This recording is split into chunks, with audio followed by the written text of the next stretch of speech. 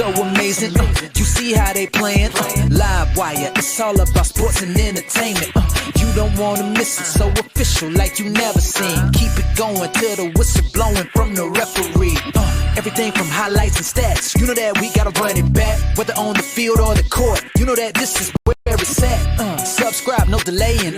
This is Live Wire, sports and entertainment. Let's go. What's good, everyone? Welcome to another Live Wire Sports Media Update. All right, so I'm up like 3 or 4 in the morning right now, and I came across a video solely by Ken Swift, and it's a guy named Robert Littal, if I'm pronouncing his last name right, BSO. He's on X and he's on YouTube, so if you had a chance to check him out, check him out. He had a pretty interesting take. Now, it was an 8-minute take, so I'm gonna play it for you. So in his entirety, so you could get the full context of it. But he has a very interesting take on why Caitlin Clark decided not to join Unrivaled. I have given my opinion. Others have given their opinion. But when I tell you what he has done in this video right here,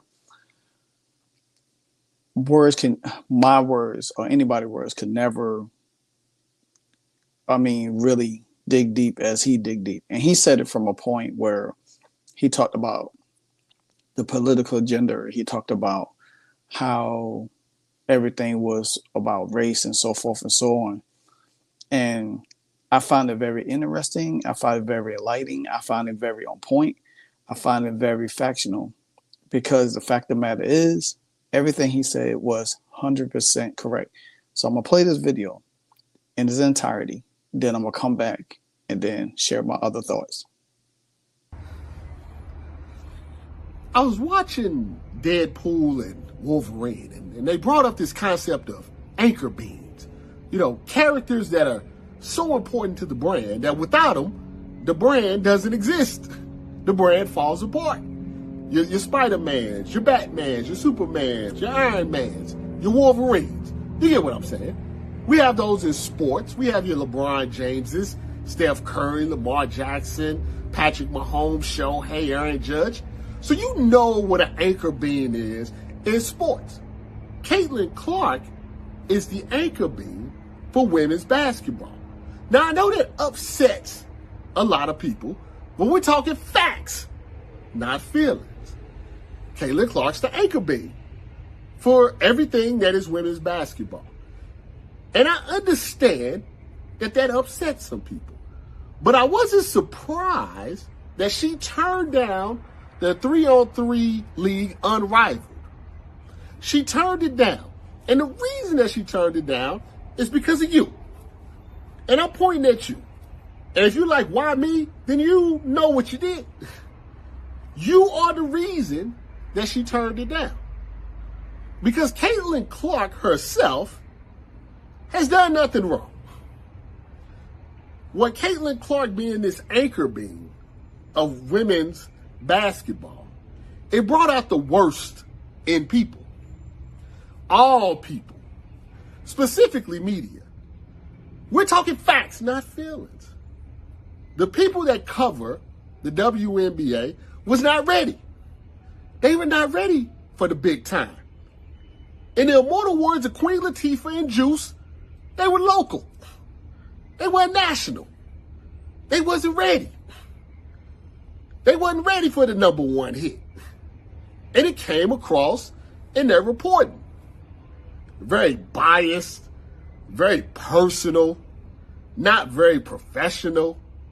They showed that they did not have the skills to handle such a big story. Furthermore, it was an election year. And since it was an election year, once again, you have an anchor beam who also brings all of the attention to the media, to the fans. It was an election year. So Caitlin Clark got used as a prop from you know what side. Then it became a race war, even though we were supposed to be talking about ball. Then it became black versus white. MAGA versus liberals or whatever it may be. When in reality, it should have just been about ball. Became Angel Reese versus Caitlin Clark because they wasn't ready. They wasn't ready for this anchor being to enter into the WNBA. So you had a lot of things that were happening that wasn't reported fairly. That wasn't reported the way that it should have been reported. Because you had gatekeepers in charge of things that didn't want to be mainstream. They want to be local. They don't know how to handle fame. They don't know how to handle attention. I saw media people say, I'm so happy that Caitlin's not in the playoffs anymore, so we can just go back to our little bubble that we were in before. We just want to be in our little bubble that we were in. The bubble's burst. There is no more bubble. Things have changed. Business has picked up, as JR would say. So you do all of this. You say all of these things. You call Caitlin Clark's fans the Caitlin KKK fans. You try to blame racism on Caitlin Clark's fans. Meanwhile, you have lawsuits against the coaches and players, the teams, the Seattle Storm. You got craziness going on in the Chicago locker room, craziness going on, accusations in the Las Vegas locker room, but it's Caitlin Clark fans that messed up the league. You wasn't ready. You weren't ready. But then you have your 303 league, and you need the ratings. You need the boost. You need the media attention. Now you want to give Caitlin Clark the most. Now you want to be a friend. Now you want her to come out and help you out. You're the ops. You're the ops. Why am I helping the ops? You just tried to do a drive-by shooting on me, and now you want me to come hang out in your hood. What type of sense does that make? All Caitlin Clark wanted to do was play ball. She's not attention starved. And don't get me wrong, if you want to be a supermodel, you want to be a podcaster, you want all of these other opportunities afforded to you that wasn't afforded to you before because you played in the WNBA, that's amazing. That's great. I'm pulling for you. There's nothing wrong with that. But just remember, the reason that you're getting these opportunities now, the reason so many people's eyes are on you, the reason that people see your game and call you great is because one individual brought double amount of the people to the games, to the TV networks. That's why. Nobody said that you had to kiss ass. Nobody said you had to make it easy for her. No one said that you had to just let her play, let her score 90 points. Nobody said you didn't have to play hard. All people said was, just treat her like you treat everybody else. With a little respect. But maybe that's because the WA don't have a lot of respect for themselves. And that's why we see these different lawsuits and accusations. How could you expect them to give respect to Caitlin Clark when they don't give respect to each other? How can you expect them to give respect to Caitlin Clark when they don't give respect to each other? So I'm not surprised that Caitlin said no so she can go and play golf. They treat her better in the PGA, the LPGA. They're nicer to her over there. She's out here playing golf. She thinks she's Lady Tiger Woods. And they treat her better than her own league. So hopefully, this is a lesson to all of you. Specifically, the people in the media. Do better. You're mainstream now. You're big time. You're playing with the big boys now. The big girls now. Be better. Show your intelligence. Show your unbiasedness. Show that you can cover a game without having all these personal thoughts in your heart. Marcus, please. I'm on a roll right here. Cut it out. I got a good flow going. Thank you so much. I appreciate you. You're still my boy. Be better. You be better. Fans, be better. Election year is over. Your boy won. Be happy. Let these ladies just ball. Everybody be better. I want the Caitlin Clark fans, the bad ones, the trolls, you be better. The Angel Reese fans, please be better. The Asia Wilson fans, please be better. As we roll into this second year, and now you got some money coming in. You got the TV rights coming in. You got the CBA about to be different. This is your opportunity. Don't blow it.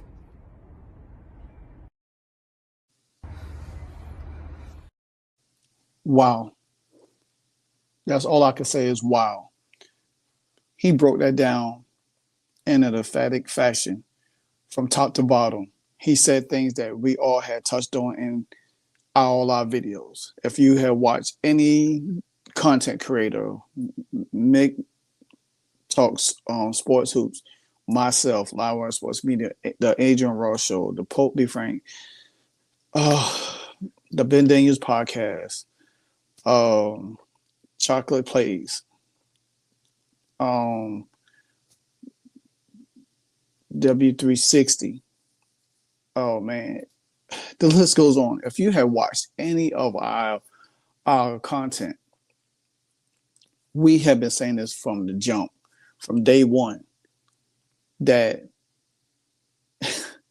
these women will self-destruct themselves in order not to allow Caitlin Clark be the praise of why this is getting better. You just had Sue Bird out here capping for Paige Beckers and saying, oh, this is why the WNBA is where it's at. See, that's that UConn thing. Now, all year, you had Sue Bird out here talking good for Caitlin through the season. As soon as the season over, she started doing a reverse 60. But it's that UConn thing. Do you expect anything from a UConn player when it comes to Caitlin Clark? No, I don't. Another thing, you got Asia Wilson out here running her mouth, acting like she's so dominant of a force she could beat any NBA player, talking crazy to Josh Hart on a podcast. I'm going to recap that video later. Then you got rumors out here that supposedly Asia Wilson was getting $2 million, $1 million more than Caitlin Clark was offered. Newsflash. There is no athlete in the WNBA should get more money than Caitlin Clark, period, for anything. If it's to grow the league, make a visit, or whatever the case may be. Caitlin Clark should be top money getter. She is the top money getter. But these women are so petty and jealous because I said it before in a couple of my videos. Caitlin going there to Unrival is just going to ignite the fire even more because it's damn as she do, damn as she don't. No matter what she does, they're going to find a reason to be pissed and mad at her. She could make more money, less money, or whatever the case may be. She could get all the spotlight, the attention. First thing they're going to say, well, we here is not because of one person. We already know who that come from. You know what I'm saying?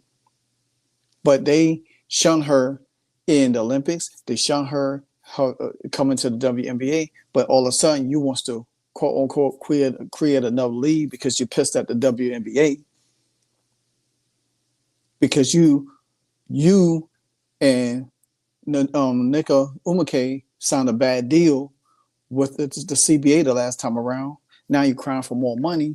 Now you want to come out here and create your own league so players won't have to go overseas to play. But guess what? Players still going overseas to play and still making more money. Just like he said at the end of the video, the new CBA is coming up. You got a chance to make more money. Don't blow it. Because the first thing I look at is that with everything that's surrounding the Seattle Storm and Nneka Umake is over the Players Union, that should be a red flag. Somebody need to replace her. But can they go in there and be negotiable while being in their feelings? As Robert put it, you got to get out your feelings. We already know that women are emotional beings. But at the same time, there got to be a level of logic in place. Because if you can't think logical and you think with emotion, then it's always going to be drama, turmoil, and destruction. And that's where the WNBA needs to take a turn coming into this season and say, look, we need to start focus our energy on the young talent. We need to start with the Leo Bostons. No, well, matter of fact, we need to start with the Caitlin Clarks, then the Leo Bostons, then the Ricky Umakays, the Angel Reeses, and everybody. Caitlin should be the front and center of everything. Just like when LeBron came into the league, he was the chosen one. Everything was built, was a signature around him. Even though you had Kobe still in the league, you had Vince Carter still in the league, you had all these other people still in the league, Dwayne Wade, all of them. But at the end of the day, they kind of accepted who LeBron was. Eventually, you're going to have to accept it because you got a coach that just got hired by the LA Sparks already talk about the percentages of inside the paint and the value of three-point shooting. So guess what? The league is about to transition in a way that half of these players is not even ready for. They're not going to be ready for this high up-tempo, fast-paced type of league that Caitlin Clark she's introduced into the league. Just like Steph Curry has done. Teams had to catch up to what Steph Curry and the Golden State Warriors have done. And to be honest, they're still trying to catch up with it.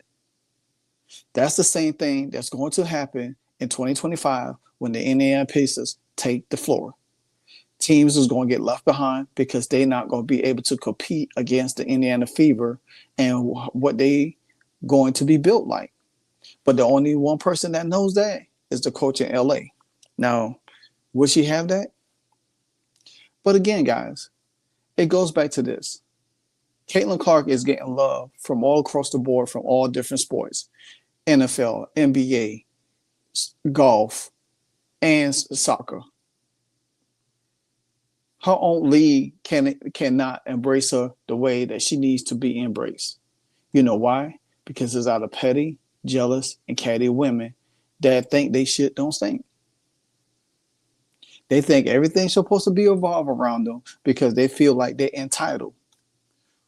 Well, quit bringing drama to the table, and maybe people will look at you in a different light and say, hey, okay, these women are showing something. Show who you are on the court.